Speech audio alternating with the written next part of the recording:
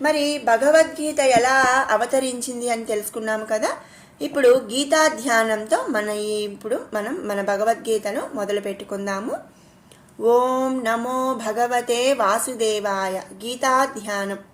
ఓం పార్థాయ ప్రతిబోధితాం భగవతా నారాయణేన స్వయం వ్యాసేన గ్రథితాం పురాణ మునినా మధ్యే మహాభారతం. శ్రీ వేదవ్యాస భగవానుడు ఆసువుగా అంటే వేగంగా ధారా ప్రవాహముగా ప్రవచించగా విఘ్నేశ్వరునిచే 1,00,000 శ్లోకములతో వ్రాయబడిన మహా ఇతిహాస గ్రంథరాజము మహాభారతం. ఈ మహాభారతంలోని ఒక భాగమే ఈ భగవద్గీత. యావత్ ప్రపంచములో ఇంత పెద్ద కావ్యము మరొకటి లేదనమాట. మానవ జీవితం అనే మహాసముద్రాన్ని మధించి బాదరాయుడు అంటే వ్యాసుడు మానవాళికి అందించిన అమృత కలశమే మన మహాభారతం అని మనం తెలుసుకోవాలి. చతుర్విధ పురుషార్థాలు అవి ఏంటి అంటే ధర్మం, అర్థం, కామం, మోక్షం. ఈ 4 పురుషార్థాలు అనే సాధించుటకు అవసరమయ్యే విజ్ఞానాన్ని అంతా కూడా ఈ మహాభారతంలోనే పొందుపరిచారు, నిక్షిప్తం చేసిన అని చెప్పి మనం తెలుసుకోవాలి. భారతీయ విజ్ఞాన సర్వస్వంగా ప్రసిద్ధి కూడా ఈ మహాభారతం అనేది ప్రశస్తి పొందింది. ఉగ్రశ్రవుడు అంటే సూత మహాముని నైమిసారణ్యంన సౌనకాది మునులకు మహాభారత కథనమంతా చెప్పి చివరగా ఇలా అంటాడంట. ఏంటి అంటే యదిహాస్తి తదన్యత్ర ఎన్నే హాస్తి సతత్ క్వచిత్. మహాభారతంలో ఉండేది ఎక్కడైనా ఉంటుంది, మహాభారతంలో లేనిది మరెక్కడా లేదు అని చివరగా సూత మహాముని చెప్పాడంట. మరి మహాభారతాన్ని ప్రశంసించని ప్రాచీన గ్రంథం లేదంటే అతిశయోక్తి కాదు. అంటే అతిశయోక్తి అంటే ఒక గొప్పగా చెప్పడం అనేది కాదనమాట. మహాపురాణాలన్నీ మహాభారతాన్ని మహిమోన్నతంగా కీర్తించాయి. అఖిల పురాణ విజ్ఞాన నిరతుడైన ఆదికవి నన్నయ్య కూడా మహాభారతం ఆది పర్వంలో ఒక గొప్ప పద్యం కూడా చెప్పాడు అని మనం చదువుకున్నాము. శాస్త్రం దేవకీపుత్ర గీతం ఏకో దేవో దేవకీపుత్ర ఏవా ఏకో మంత్రస్తస్య నామాని యాని కర్మాశేకం తస్య దేవస్య సేనా. శాస్త్రములన్నింటిలో కూడా దేవకీ తనయుడగు శ్రీకృష్ణుడు గానమునర్చిన గీతాశాస్త్రం ఒక్కటియే మేటి అంటే గొప్పది. దేవతలందరూ అందును దేవకీసుతుడగు శ్రీకృష్ణ పరమాత్మయే గొప్పవాడు. మంత్రములు అన్నింటి అందు కూడా శ్రీకృష్ణుని నామములే సర్వశ్రేష్టములు. సర్వకర్మలందు కూడా శ్రీకృష్ణ స్వామి సేవ చేయు కర్మ చాలా గొప్పది అని మనం ఇక్కడ చెప్పుకుంటున్నాం. శ్రీమన్నారాయణుడే స్వయముగా కురుక్షేత్ర యుద్ధరంగమున అర్జునుని నిమిత్తముగా చేసుకొని శ్రీకృష్ణ భగవద్వాణిగా ప్రశ్నోత్తర రూపమున శ్రీకృష్ణార్జున సంవాదముగా సకల మానవాళికి కూడా బోధించిన పరమానంద స్వరూప అక్షయ జ్ఞాన సాగర సుధానిధో వాసుదేవ తత్వమే భగవద్గీత. అంటే ఏంటంటే ఇక్కడ శ్రీకృష్ణుడు ఒక అర్జునుడికి మాత్రమే గీత బోధ చేయలేదండి. మన సమస్త మానవాళికి కూడా శ్రీకృష్ణ పరమాత్ముడు ఈ అంటే ఉపయోగపడేలా భగవద్గీత అనేది బోధించాడు. అద్వైతామృతవర్షిణీం భగవతీం అష్టాదశాధ్యాయినీం అంబత్వామనుసందధామి భగవద్గీతే భవద్వేషిణీం. అద్వైతము అంటే ఏంటి అంటే సృష్టి అందుగల సకల చరాచర జీవరాశులందు పరమేశ్వర తత్వమే ఒక్కటి. జీవాత్మ పరమాత్మ అనేవి రెండు లేవు, రెండు కూడా ఒకటే అనేది అద్వైతము అన్నమాట.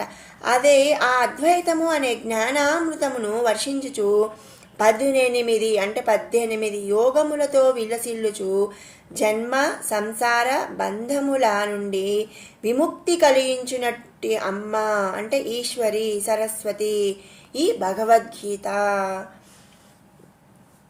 భగవద్గీతను మిమ్ము ధ్యానించుచున్నాము అని ఈ శ్లోకం యొక్క అర్థం అన్నమాట.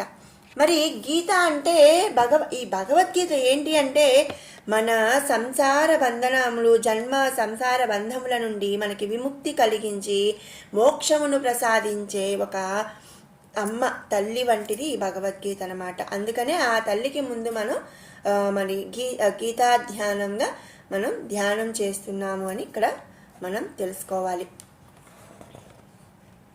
మహావిష్ణువు శేషపాన్పు పైన నిద్రిస్తున్నప్పుడు అంటే సుఖాసీనుడై ఉన్న సమయంలో లక్ష్మీదేవి శ్రీవారి వైపు ప్రసన్నంగా చూస్తూ, ఋషికేశ, యోగి పుంగవులు సర్వదా మిమ్మల్నే ధ్యానిస్తారు కదా, మీరు సాక్షాత్తు సృష్టి స్థితి లయ కారకులు, సర్వాంతర్వర్తులు, సర్వసమర్థులై ఉండి కూడా మీకంటే వేరైనా ధ్యానింపతగిన తత్వం మరొకటి ఉన్నది అంటున్నారే, దాని గురించి తెలుసుకోవాలని నాకు కుతూహలంగా ఉంది అని ఆ తల్లి అడిగిందంట.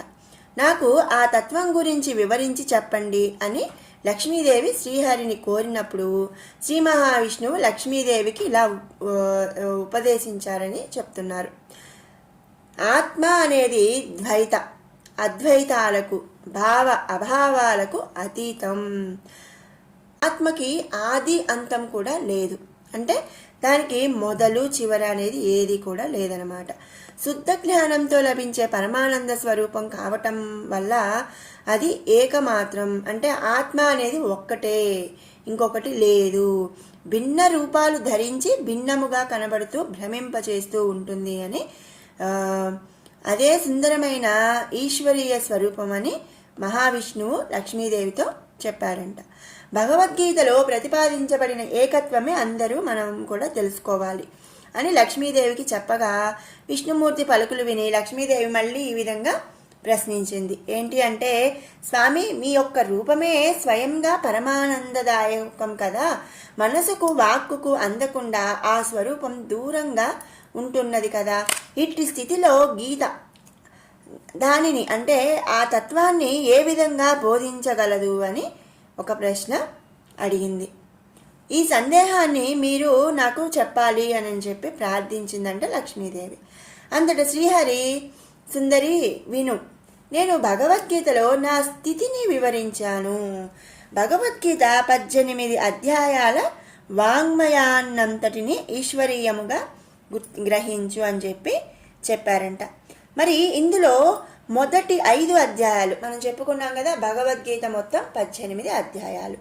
ఆ 18 అధ్యాయాల్లో మొదటి 5 అధ్యాయాలు శిరసు, తదుపరి 10 అధ్యాయములు 10 భుజాలు, 16వ అధ్యాయం ఉదరము, చివరి 2 అధ్యాయాలు పాదాలు, మరి 18వ అధ్యాయములతో విలసిల్లుచు జ్ఞానముచే మహాపాతకములను నశింపచేయు వాంగ్మయ స్వరూపిణి అయిన ఈశ్వరీమాత నా స్వరూపంగా గ్రహించు అని లక్ష్మీదేవికి శ్రీహరి చెప్పాడంట. అంటే ఏంటి అంటే, ఇక్కడ 18 అధ్యాయాలని కూడా ఒక మానవ రూపంగా స్వామివారు వివరించారనమాట. యుధిష్ఠరుడు అంటే ధర్మరాజు యుద్ధములందు స్థిరముగా ఉండు వానిని యుధిష్ఠిరుడు అంటాడు. కాబట్టి ధర్మరాజుని యుధిష్ఠిరుడు అని చెప్పారు. యుధిష్ఠిరుడు కురుక్షేత్ర యుద్ధ యాత్రకు పూనుకున్నప్పుడు సర్వేశ్వరుడగు శ్రీకృష్ణ పరమాత్మ సలహాను అనుసరించి అర్జునుడు ఏం చేశాడంటే దుర్గాదేవిని స్తుతించాడంట. పిదప యుద్ధం ప్రారంభించినట్లుగా మహాభారతము భీష్మ పర్వంలో చెప్పబడి ఉంది. గీతా పఠనమునకు ముందు అమ్మవారిని దుర్గాదేవి, సరస్వతి, గీతామాత అను స్మరించుటకు మరియు నిరంతరం లౌకిక విషయాల్లో సంచరించే సాధకుని మనస్సును బాహ్య విషయాల నుండి మరల్చి స్థితి అందు నిలుపుటకు వీలుగా పండితులు ఈ శ్లోకం ధ్యాన శ్లోకంగా చేర్చబడింది అని చెప్పి మనం తెలుసుకోవాలి.